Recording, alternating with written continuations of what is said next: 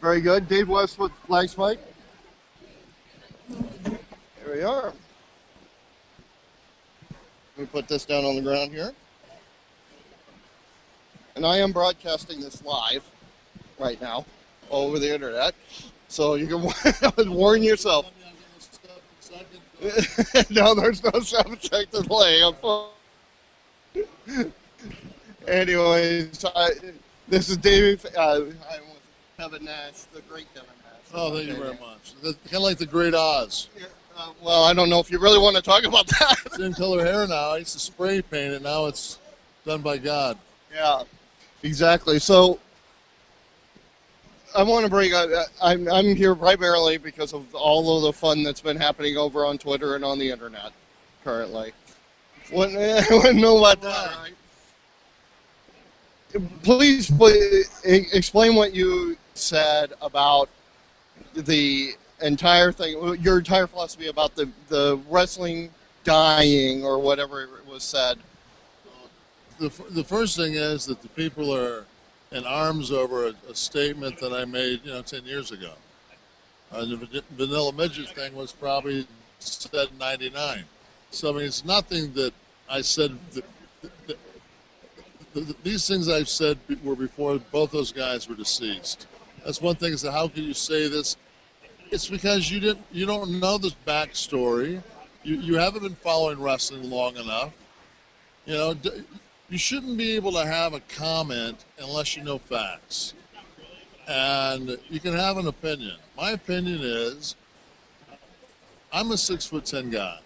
I was a big kid growing up. I liked Andre. I liked Moose Chodlak. I liked Haystacks. I liked bigger than life people. I used to watch wrestling because of that. But I also liked the Sheik. But when I was a kid, the Sheik terrified me.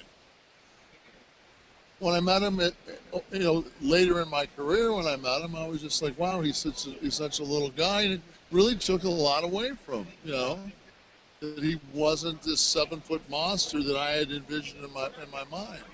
And I think there's, I've talked to people today, and they've said to me, I was with so-and-so, and I got an in-ring opportunity to take a picture with him. When I got into the ring, I was taller than them, and it's kind of like, it was like electric. Well, do you feel, we had a discussion, me and some people on the way down here for this convention.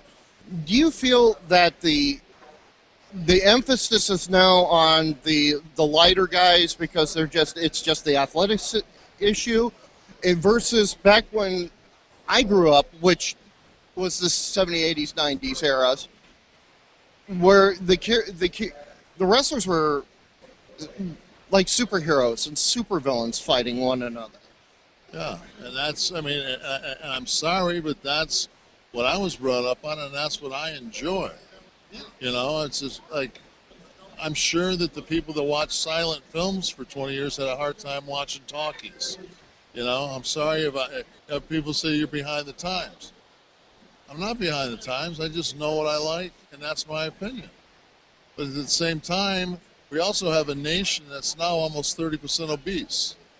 We have kids that spend all their time in front of a television playing video games. So is wrestling changed, or has society changed to the fact that nobody works out anymore, so there aren't big guys anymore? Everybody looks like an Abercrombie or a Hollister model. I particularly don't find it imposing. I don't find it that entertaining. I don't want to watch 255-pound guys wrestle. I don't want to watch 212-pound guys box. That's just my opinion. And I'm of the same opinion, to be very honest with you. And that's just my opinion. And if you agree with me, fine. If you don't, there's no reason to cuss me. You just disagree with me. I'm going to vote for Obama. If you're going to vote for Romney, that's your choice. I'm not going to call you an idiot for voting for Romney. It's just your choice. As an American, we have those. We have the ability to make our own decisions and have our opinions. So my opinion is, on that day when two small guys ruled the world, it just took something away from something that was, as a kid, special to me.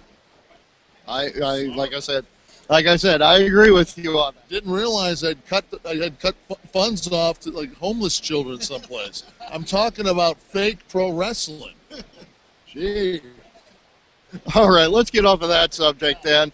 And we'll go back to a statement, the previous statement that got a lot of flack on Twitter about you saying to CM Punk, let's reform the NWO, or do you take the reins of it? Do you? I stand do you 100%. Would you like to see the NWO come back? I don't even need. I don't need to be on TV. I don't need to talk on them. I've had plenty of TV time, and I've had plenty of my time. I think it's a brand that stands for something. I think that Punk would be the perfect guy to